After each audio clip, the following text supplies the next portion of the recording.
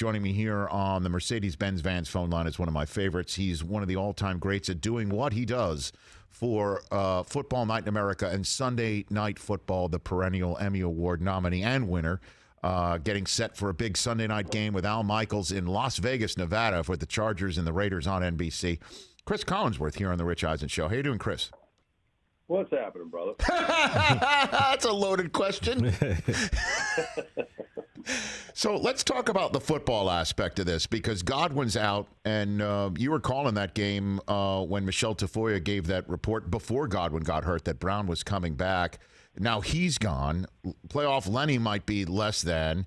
What do you make of the Bucs' chances of repeating right now as we're sitting here prior to Week 18, knowing what we know about who's at Brady and Arians' disposal? Well, they still have Tom Brady, right? Yes, they do. Sure about that one. Correct. And so when we know that Brady can go into Green Bay and win a game, we're pretty sure about that one. Yep. I think it's way too early to say they can't do it. I mean, they've got Tyler Johnson's a nice player. Obviously, Gronk. They could go 3 tight ends if they wanted to and build the game plan. I think where you get hurt is when something like that happens in the middle of a game and you have no idea. But when you can game plan around Antonio Brown now, I mean, would you rather have him? Yeah, you'd rather have him, but I don't know. Not under these circumstances. Cris Collinsworth here on the Rich Eisen Show. Would you say Green Bay then is, in fact, not just by due of their 1 seed, but by what you have seen, including what you just saw, Chris, the team to beat in the entire NFL right now with a week to go in the regular season? Yeah, I think you have to go there with that team now. They've got the hot quarterback, and they've got enough around it, and you think that maybe they end up getting a few of these people back, does Bakhtiari come back? Does Jair Alexander come back? Does Josh Myers come back, their center?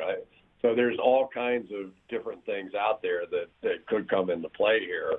But I think even if you just go, that's it, we're going to play with what we have, based on what I've seen, they seem to be the most consistent team. And really one of the main reasons why, I mean, the fact Rasul Douglas has been unfriggin' believable. Yes. Their quarterback, 5 interceptions, a couple of pick sixes, game winners. I mean, it's been phenomenal what this guy who is released and on practice squads has come in there and done for this football team and covering up the hole left by Jair Alexander. So is Brady Rodgers? Who's your MVP? Because you also have all those PFF pieces of information in front of you, WAR and things like that you can actually put everything together, Chris, and put together a pretty solid thought, having seen these guys in front row all year long.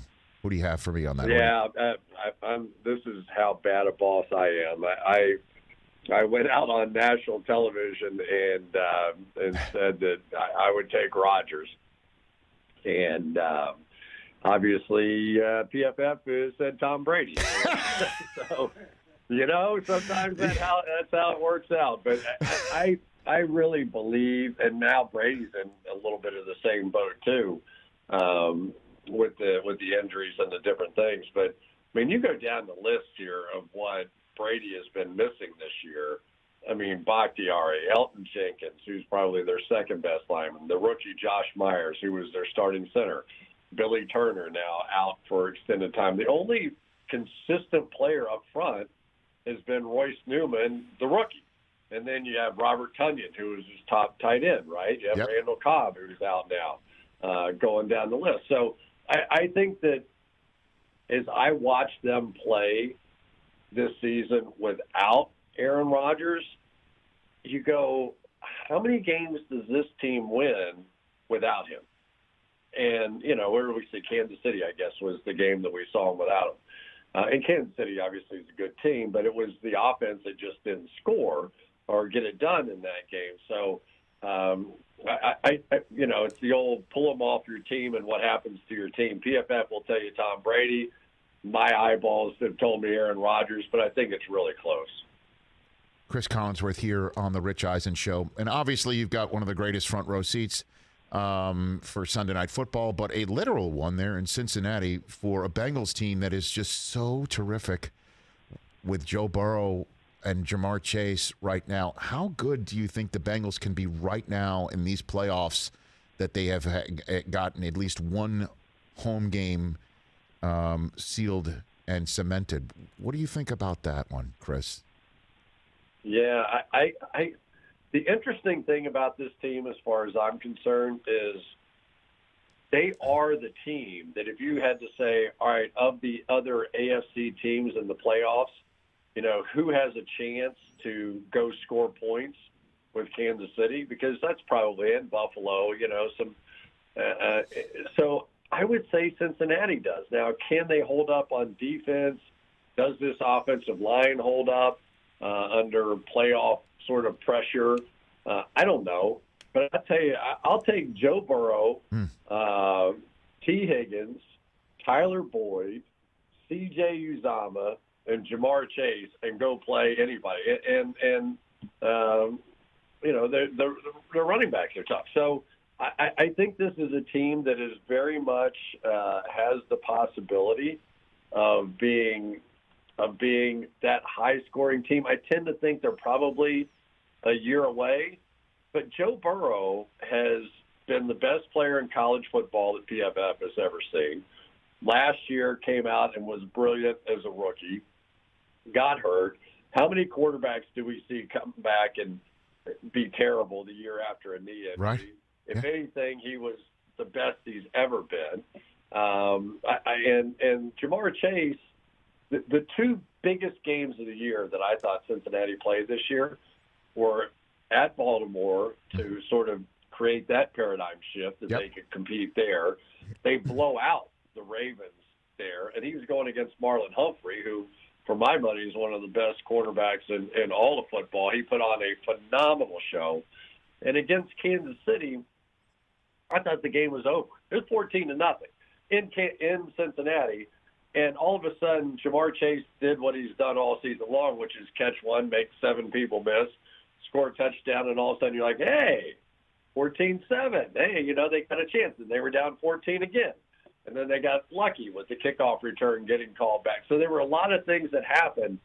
But as far as a guy that his teammates look at him and believe that these two guys have magic within them, Joe Burrow and Jamar Chase come about as close to the top of that list right now for an organization that isn't one of the rock star organizations that you can name. Cris Collinsworth here on the Rich Eisen Show. And, Chris, you've called thousands of games. Have you ever called a game where winner goes in, loser goes home, but both teams just are going to take 90 kneel downs because they both get in with a tie? You ready for that for Sunday Night Football with the Chargers and the Raiders? Chris, what do you think? I'm just, and where is that game played? In Las Vegas? There might be a revolution up there.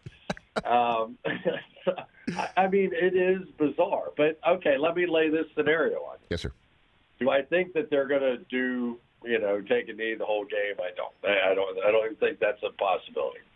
Do I think that somehow, if the first game, goes the way that these two teams need, and you end up with 2 minutes to go in overtime, that's right, in some bizarre way, and you're kind of looking over at the other bench, and maybe there's somebody has timeouts left, and you just kind of go, all right, I'm going to take this first knee, and if they call a timeout, then game's on. But if they don't, that's the smoke signal? That's the signal? Could that be the smoke signal? I don't know. I mean, you know what I mean? I mean, your job as a coach is to get your team in the playoffs. Yes, correct. It doesn't matter how. It doesn't matter how you do it. If you're telling me they're down to the last minute and a half, 2 minutes of that game, and you can take a knee and guarantee your team is in the playoffs, I mean, you hand it off, they might fumble it and return it for a touchdown. I mean, we've seen that before, right? So if if taking a knee at the end of that game to play for a tie is what you do to get in your team in the playoffs, I absolutely do that. And I mean, how many times have we seen this in the past? We argue about it all the time, with teams that don't play their starters, and it's going to impact somebody else's playoff position and going to guarantee somebody doesn't get in the playoffs. But you have the right to do what is in your best interest for your team to make the playoffs. And do I think any of this is going to happen? I 100% do not think it is. Do I think that if I were in that position at the end of a game and I could kneel down and play for a tie that put my team into the playoffs, would I do it? You're darn right I would. Of course, no doubt about it. And for this to happen, the Steelers have to beat the Ravens, and then the Jaguars have to somehow pull it all together to beat a Colts team that is in a win-and-in scenario. And then, a tie would get both the Chargers and the Raiders in. And I had Brandon Staley on the show Tuesday, and I asked him point blank, would you do it? And I apologize for asking that question of an NFL head coach in advance. And he's just like, of course not. We respect the game too much. But your point is exactly right. Let's just say this does go to overtime because you can't lose the game. If you lose the game, you're out. You have to force overtime. Overtime is forced, and then they try to win. Whoever gets the toss tries to win the game, gets 3 points. The other team gets 3 points, and it's like a minute and a half to go. What does that team do? And then maybe that's the smoke signal. I'm going to take a knee here, and the other team burns a timeout. You're like, all right, screw it. Now that you just cost yourself a playoff spot. Or do you just let the time run out? I would let the time run out. You're in, right? That's it. I would let it. I heard somebody say that, let's take the worst case scenario, that they take a knee from the beginning of the game and do it all the way through. That the commissioner would have the power at that point to declare a double forfeit, right? And that's it. Neither one of you are going to the playoffs based on what you did.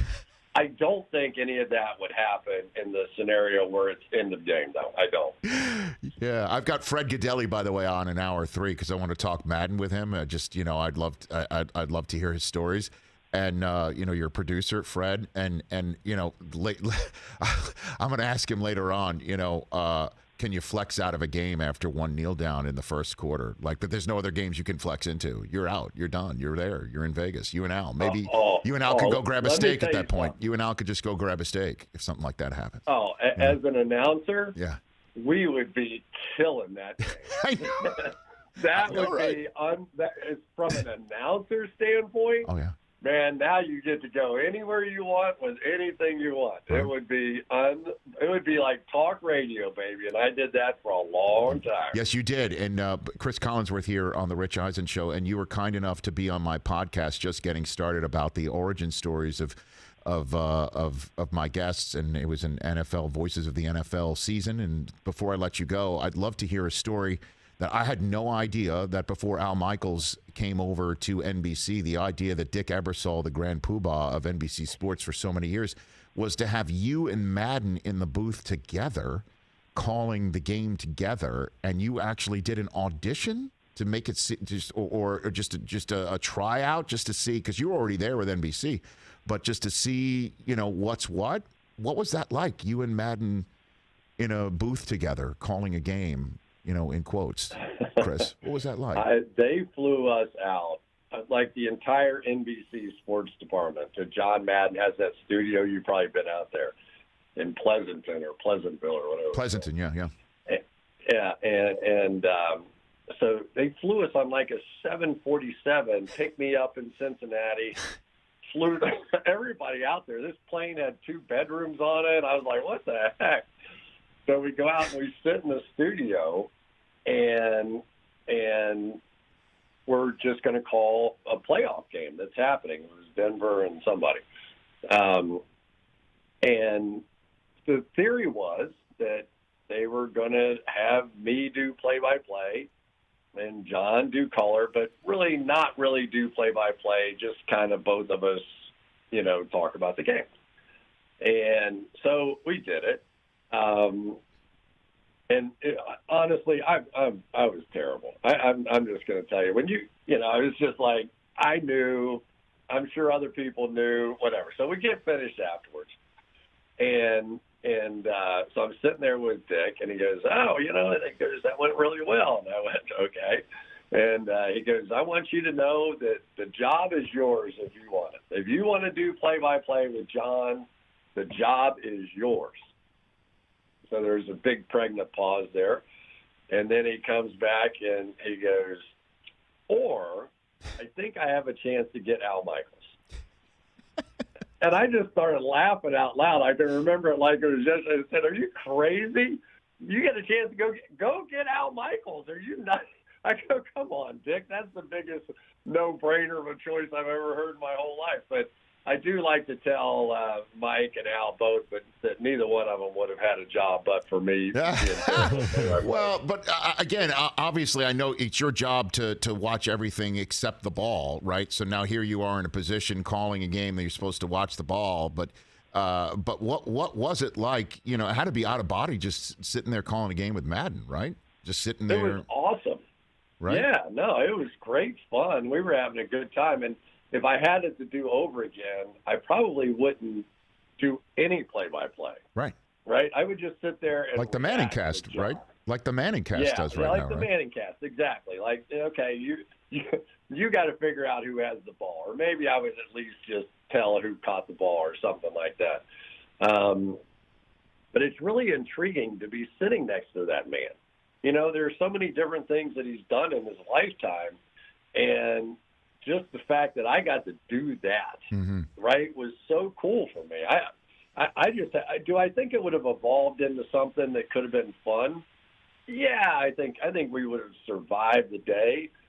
But come on, Al Michaels and John Madden versus Cris Collinsworth doing play-by-play with John Madden. That was a no-brainer there. Chris, have a great time on Sunday night. Personally, we think whoever wins the toss, their first play should be a fake knee and then throw deep. And I think that should be the Raiders. I think that would be like in honor of Al Davis and Madden to just fake the knee and then throw deep and then just try and win the game. Like that would be great. Light the flame there in that stadium. There you go. That's going to be a heck of a night. You know, obviously it's their first home game since the passing of John Madden, and the fact that you're there and Sunday Night Football's there, it's going to be great. I can't wait. And for so much on the line, I appreciate the call. Enjoy it. All right, buddy. Thanks, Rich. Yeah, and we'll see you out here in L.A. for the Super Bowl. We'll check you out. That's Cris Collinsworth. Everybody should check out Pro Football Focus as well, Sunday Night Football. Hey, you watched all the way to the end. Thanks for that. Watch more right here.